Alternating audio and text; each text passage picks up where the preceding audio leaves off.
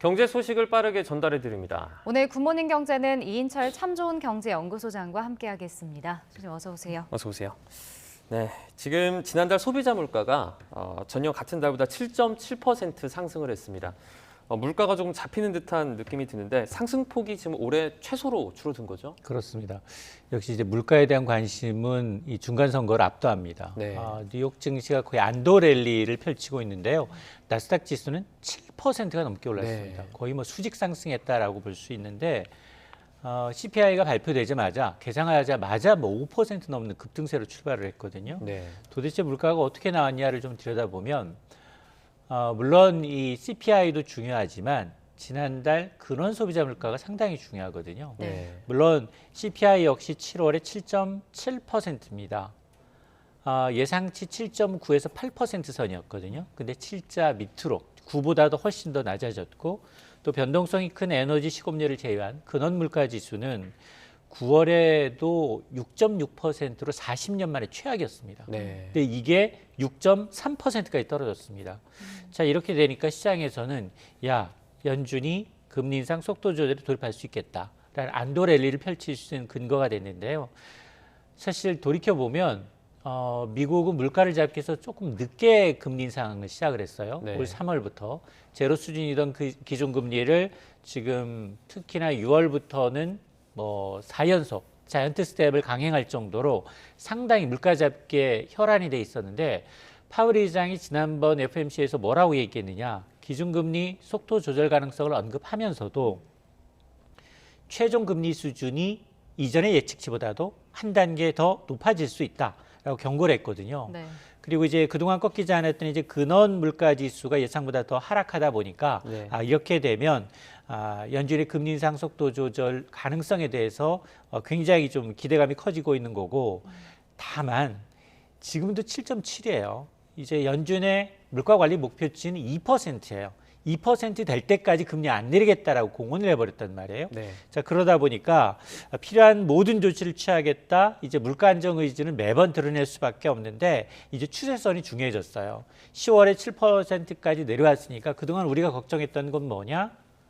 L자형이라고 해서 어깨 정상 찍고 내려왔는데 어깨가 계속 이어지면 어떻게 되지? 이거였거든요. 네. 근데 과연 어깨 아래로 다시 한번 떨어질 수 있는지를 좀 봐야 되겠습니다. 네.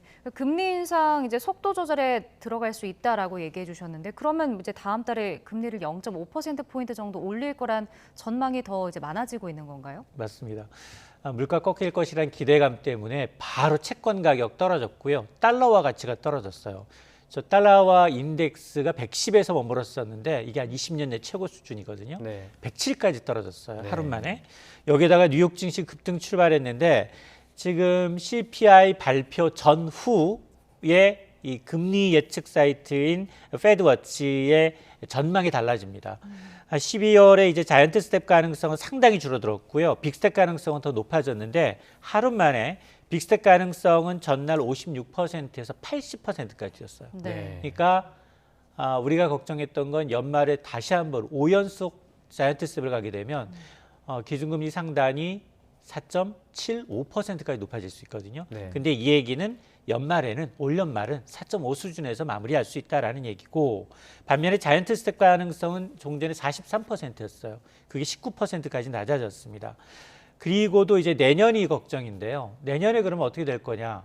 내년은 첫 회의가 2월 1일 그리고 3월에 있는데 둘 다 베이비 스텝 가능성이 높습니다. 이렇게 되면 올 연말 4.5에서 내년 2월과 3월에 각각 아장아장 걸어가면 5%예요. 그동안 5.25에서 최고 5.5%까지도 예측이 나왔었는데 이 정도 선에서 최종 금리 상단이 5% 수준에서 좀 마무리되는 게 아니냐, 이런 기대감이 아직은 반영이 되고 있는데 이게 하루하루 발표되는 물가지표, 연준 위원들의 매파성 발언 이런 것들을 토대로 해서 바뀌기 때문에 이게 이런 기조가 좀 이어질지 여부는 좀 지켜봐야겠습니다. 네. 네. 조금 전에 짧게 언급해 주셨는데 지금 미국 뉴욕 증시가 좀 크게 올랐습니다. 나스닥이 지금 7% 넘게 오른 거 처음 본 것 같아요, 오랜만에. 맞습니다. 지금 다우지수 포인트 기준 1200포인트가 올랐어요. 네. 물론 뭐 워낙 이제 이 육중하기가 이게 중량감이 있기 때문에 그런데 지금 3.7% 다우존스 산업평균지수가 올랐고요. 나스닥 지수는 7.3% 넘게 올랐습니다. 대형 지수 S&P 500 지수도 5%가 넘는 랠리를 펼쳤는데 안도 랠리예요. 그동안은 선거 결과 어떻게 될 거냐. 공화당 쪽으로 표가 몰리면 통상 이 미증시가 향후 10개월 동안 한 두 자릿수 오르더라라는 기대감이 있었는데 네. 이건 뭐지? 이제 하원은 예상대로 됐지만 상원의 경우는 박빙이다 보니까 오히려 좀 증시 상승의 모멘텀이 좀 둔화되는 거 아니냐를 바로 물가가 만을 해주고 있습니다. CPI 발표하자마자 투자자들이 이제 환호를 하고 있는 상황이고요. 가장 중요한 거 금리들입니다. 네. 채권 금리가 많이 낮아지고 있어요. 미국의 10년물 국채 금리가 연준의 긴축 속도 완화 기대감에 연 4% 아래로 떨어졌고요. 그러다 보니까 달러 인덱스 역시 2% 넘게 하락을 했습니다. 사실 물가 지표도 있었지만 실업 지표도 있었어요. 실업 지표는 다소 부진했습니다. 이게 주간 실업급여 신청자 수는 오히려 이전 주보다도 7,000명 늘어서 22만 5천 명인데 예상치 20만 명을 웃돌았습니다. 그럼에도 불구하고 워낙 이제 물가 지표에 대한 관심이 높다 보니까 별다른 악재로 작용하지 않았고요.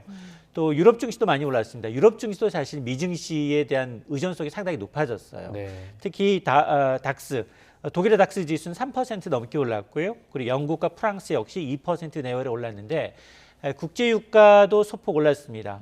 3거래일 연속 하락에 따른 이제 저가 매수세, 여기다가 달러 약세, 또 미국의 물가가 좀 상승률이 둔화됐다라는 소식으로 인해서 뉴욕 상업거래소에 거래된 서부 텍사스산 중진리의 경우에는 64센트 떨어져서 배럴당 86달러 선에서 거래를 마쳤습니다. 네. 네. 자, 그런가 하면 우울한 전망도 있는데요. 이 내년 세계 경제 성장률이 2.4%로 좀 하향 조정됐습니다. 그러니까 경기 하강 국면에 들어갈 거라고 예상됐기 때문인가요? 그렇습니다. 이게 우리 국책연구기관인 대외경제연구원의 내년도 전망인데요. 네. 내년 세계 경제가 당초 지난 5월만 하더라도 한 3.6% 정도 예상을 했는데 이보다도 1.2%포인트 낮은 2.4% 성장에 그칠 것이다라는 겁니다. 자, 그 근거가 뭐냐? 코로나19로 이후에 사실은 완화적인 통화 정책을 되돌리는 속도가 지난 2008년 글로벌 금융위기 당시와 비교해서 너무 빠르다. 긴축의 강도가 너무 높다라는 거고요.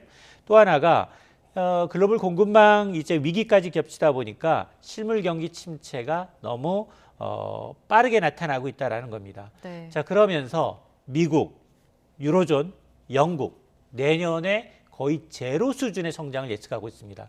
특히 미국의 성장률을 기존에 2.2%에서 0.6%까지 낮췄거든요.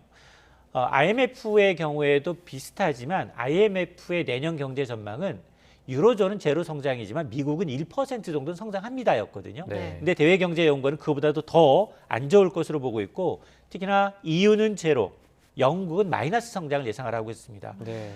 이와 함께 이제 미국의 통화 긴축이 계속되다 보면 뭐 오늘은 달러가 약세지만 달러화 강세는 좀 더 이어질 것으로 내다보고 있고 그리고 뭐 이 올해 세계 경제 성장률 전망치는 3.1%를 예측했는데 한두 달 남았기 때문에 예측에는 별 의미가 없지만 이 얘기는 올해는 3% 하는데 내년 2.4%로 떨어진다. 마찬가지로 세계 경제도 올해보다는 내년이 더 어렵다라는 걸 반증하고 있습니다. 네. 지금 우리나라 경제 전망도 좀 밝지 않습니다. 수출 전망이 좀 어둡다 이런 건 저희가 여러 번 전하기도 했는데요.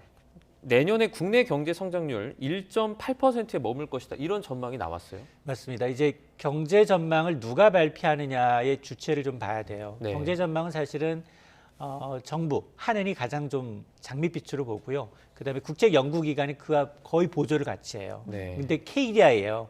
국책연구기관이고 이제 이 한국개발연구원이기 때문에 눈여겨봐야 되는데 네. 내년 우리나라 경제 성장 전망치를 1.8%로 제시를 했는데 지난 5월에 2.3% 예상을 했거든요. 네. 그러니까 한꺼번에 0.5%포인트 낮춘 겁니다. 수출 내수 모두 안 좋다가 한마디로 요약하면 글로벌 경기 둔화 때문에 반도체를 중심으로 한 수출 경쟁력이 흔들리고 있다. 그리고 높은 소비자 물가와 이제 고금리로 인해서 내수 회복 역시 더디다라는 건데요.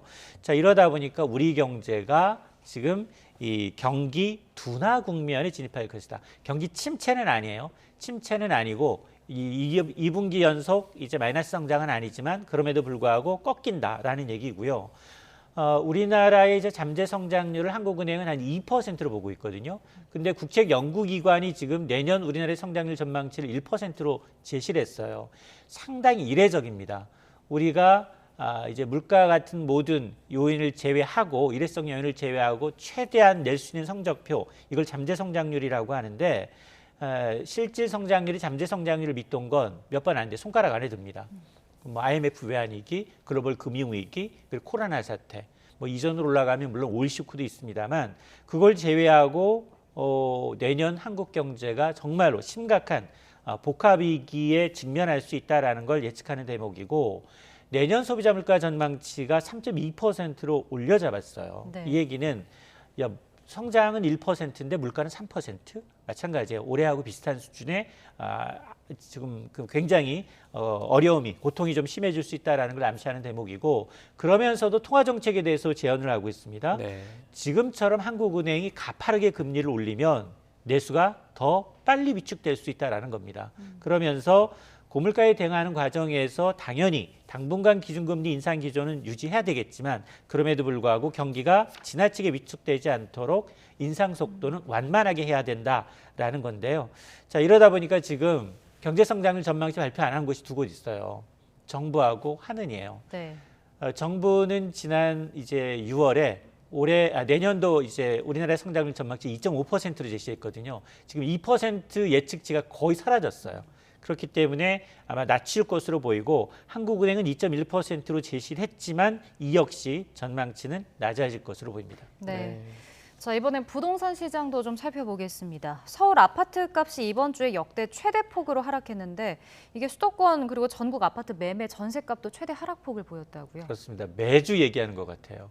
뭐 한국부동산원 이 시세조사 이후에 역대 가장 큰 폭으로 떨어졌습니다. 매주가 그렇다는 거예요. 매주가. 네. 지금 서울 아파트는 24주째 떨어지고 있는데요. 6개월 정도 떨어지고 있고요. 그리고 전국 부동산도 비슷한 상황인데 사실 어제 부동산 대책 발표했잖아요. 네. 대책 발표했는데 서울과 수도권 4곳 뺐잖아요. 네. 근데 공교롭게도 규제 지역 해제에 빠진 곳도 낙폭이 더 커지고 있어요. 물론 네. 이번 대책이 반영되기 전이긴 합니다. 자, 한국부동산원이 조사를 보니까 이번 주 서울 아파트 가격은 일주일 만에 마이너스 0.38% 빠졌습니다. 2012년 5월 부동산원 시세조사 시작한 이후 주간 기준 최대폭으로 떨어진 거고요. 전국적으로도 0.39%, 수도권 아파트는 더 빠졌습니다. 0.47% 역대 최대폭을 기록하고 있는데 뭐 금리 계속해서 연말까지 더 오른다라고 하죠. 그다음에 집값 더 떨어질 것이라는 기대감이 팽배하죠. 이러니까 거래 자체가 잘 안 이루어지고 있는데요. 특히나 서울의 경우에는 이 외곽 지역, 특히 이제 뭐 노도강이라고 하는 노원구 그리고 도봉구, 강북구 여기 아파트값 하락폭은 0.5% 넘게 일주일 만에 떨어지고 있는 걸 보면 네. 이게 어제 이제 부동산 대책을 발표를 했지만 점차 수도권으로 외곽 지역부터 점차 규제를 풀게 되면 서울도 보면 이 외곽에 있는 지역부터 풀 가능성이 상당히 높다는 거고 또 전세가도 많이 떨어지고 있습니다. 이번 주 서울의 전세 가격은 마이너스 4.8%, 또 경기도는 0.6% 넘게 하락하고 있어서 이런 데이터 때문에 아마 정부가 앞당겨서 규제 지역을 이제 좀 풀고 그리고 이제 금융 규제를 완화했는데 그럼에도 불구하고 사실 금리를 이을 장사가 좀 없어 보입니다. 당분간은. 네. 그 정부가 해제한 규제 지역들도 조금 자세하게 전해 주시죠. 정부가 이제 전국의 부동산 규제를 다 풀었다라고 해도 과언이 아니에요. 네. 단 뭐 서울하고 4곳만 제외했습니다. 그 4곳이 바로 서울과 인접한 과천, 성남, 하남, 광명이에요. 이 대책이 그럼 뭘 의미하는 거냐? 이제 이 주택 가격이 더 떨어지게 되면 수도권 이미 규제 완화 시그널을 줬기 때문에 서울조차도 풀 수 있다라는 걸 암시하고 있는 대목이에요. 네. 아니 그러면 이 서울 푸는 김에 왜 이제 그 경기 4곳을 남겨놨느냐? 서울은 여전히 뭐 잠재 수요 있고요. 여기는 뭐 풀 경우에는 파급 효과가 커질 수밖에 없기 때문에 전 국민이 입성하고 싶어하는 곳이기 때문에 서울은 좀 늦어질 수 있겠지만 네. 그러나 이런 규제 속도로라면 지금 뭐 과천, 성남, 하남, 광명은 이제 풀 수도 있는데 그러나 이번에 안 푼 이유는 서울과 인접해 있기 때문에 개발 수요가 여전히 있다. 이것 때문에 규제를 유지하기로 있는데요. 이번이 벌써 3월 그리고 6월 그리고 11월 세 번째 규제 완화예요. 네. 이게 반년이거든요. 5월에 출범했기 때문에. 근데 이게 아픈 트라우마 있잖아요. 우리 5년 동안 20여 차례 이상 계속해서 대책을 내놨는데 네. 시장은 역행했잖아요. 이게 상당히 좋지 않은 시그널이 될 수는 있는데 어쨌든 규제적 완화하면 뭐가 달라지느냐. 일단 규제적이 해제되면 대출 한도가 더 늘어납니다. 그리고 양도세 그리고 종부세 세부담이 줄어들고요. 여기다 청약이나 전매 제한 규제가 좀 완화되는데 이 규제 해제는 다음 주 월요일이에요. 14일 0시부터 적용이 되긴 합니다. 근데 과연 이번 그 완화 효과가 얼마나 좀 파급 효과가 있을지 시장 안정에 기여할지 여부는 좀 미지수입니다. 네. 네. 근데 이제 무주택자에 대한 주택담보대출 비율 규제도 이제 50%로 일원화되는 거고 투기과열지구도 이제 15억 원 넘는 아파트의 주담대가 허용되는 거죠? 맞습니다. 지금 지난달 발표하면서 사실 금융 완화 정책은 내년이에요. 시행은. 원래 당초 예상은 이제 내년 1월부터 시행하겠습니다였는데 그것도 안 되겠다 싶어서 한 달 앞당겨서 다음 달부터입니다. 네. 크게 한 세 가지 정도가 달라져요. 서울처럼 투기과열지구에서는 15억 원 이상 아파트 살 때는 지금은 이제 대출이 불가능하지만 네. 다음 달부터는 15억 원 이상 고가 아파트도 대출이 가능해지고요. 또 무주택자, 1주택자의 경우에는 지역에 상관없이 집값의 절반까지도 대출이 나옵니다. 네. 그리고 이 새 아파트 당첨되게 되면 분양가 사실 9억 원 미만의 경우에는 중도금 대출이 이상의 경우에 안 됐는데 이 기준도 12억 원 이상으로 올라가서 이제 좀 이 숨통을 좀 튈 수 있을 것으로 보이고 그리고 이제 건설사들 지금 자금난으로 인해서 PF가 사실상 중단됐거든요. 프로젝트 파이낸싱에 대해서도 미분양 사업자가 이제 서울에서까지 나타나고 있기 때문에 이에 대한 보증 5조 원 규모로 PF 보증 상품도 이제 신설하기로 했습니다. 그 지금 이 무주택자를 위한 LTV 규제를 완화하는 거잖아요. 그러니까 서민을 위한 대책의 일환이라고 이걸 봐야 되는데, 그러니까 DSR 규제가 지금 남아 있지 않습니까? 그러면 뭐 예컨대 연봉 5천과 연봉 1억이 받을 수 있는 실제 대출은 정말 차이가 클 것으로 지금 예상이 되는데 이게 좀 실효가 있을까요? 심각하게 고민하셨나 봐요. 네. DSR 규제는 금융당국이 이거 놓으면 욕먹어요. 왜냐? 네. 가계부채가 전 세계에서 국가경제 규모를 넘어선 건 한국이 1등이에요. 네. 이걸 만약에 놓게 되면, 이걸 무너뜨리게 되면 자기 연소득의 전체 대출의 원금과 이자는 적어도 연소득의 40% 이내로 들어와야지 그 이상을 넘어가게 되면 금리 인상기에 굉장히 취약 차주가 발생할 수밖에 없고 네. 그럼 한계 기업들이 늘어날 수밖에 없는 상황이기 때문에 이건 안 건드릴 것 같아요. 이건 왜냐 정부가 빚내서 집 사라는 얘기 아니야? 라는 얘기가 또 나올 수 있습니다. 네. 물론 실수요자들 보니까 대출 규제 완화해 준 걸 보니까 2030 세대들이 좀 움직이고 있는 것 같아요. 서울에도 보니까 좀 이 외곽 지역의 경우에는 2030 매수 비율이 좀 높아졌거든요. 네. 그럼에도 불구하고 저는 물론 뭐 이제 일부 생애 최초라든가 이런 이 여러 이제 특수한 상황, 신혼부부라든가 특수한 상황의 경우에는 규제를 좀 완화해 준 건 바람직하지만 네. 전반적으로 규제를 완화한다? 전 바람직하지 않다고 봐요. 네. 왜냐하면 앞서서 제가 이전 정부의 집값 20여 차례에도 불구하고 5년간 집 106% 올랐어요. 네. 지난 10월이 고점이었어요. 얼마 떨어졌느냐? 10% 안 떨어졌어요. 근데 여기에다가 집값 지금 떨어진다고 벌써 3차례 대책 내놨어요. 그래서 저는 분명히 얘기합니다. 이게 샤워실의 바보하고 똑같다. 네. 아니 집값 내릴 때는 뭐 계속해서 뭐 부양책을 내놓고 수시때때로 집값 또 오를 때는 또 수시로 또 규제책을 내놓고 이게 안 먹히거든요. 그러니까 오히려 취약계층이나 서민층한테 타겟을 맞춰야지 전반적으로 어떤 금융 규제를 낮춰서 이제 시그널을 주게 되면 가계부채에도 안 좋고 그리고 이제 정책의 어떤 일관성 측면에서도 상당히 좀 부정적이라고 봅니다. 알겠습니다. 여기까지 듣도록 하겠습니다. 경제 이슈들 이인철 소장과 함께 얘기 나눠봤습니다. 고맙습니다. 고맙습니다.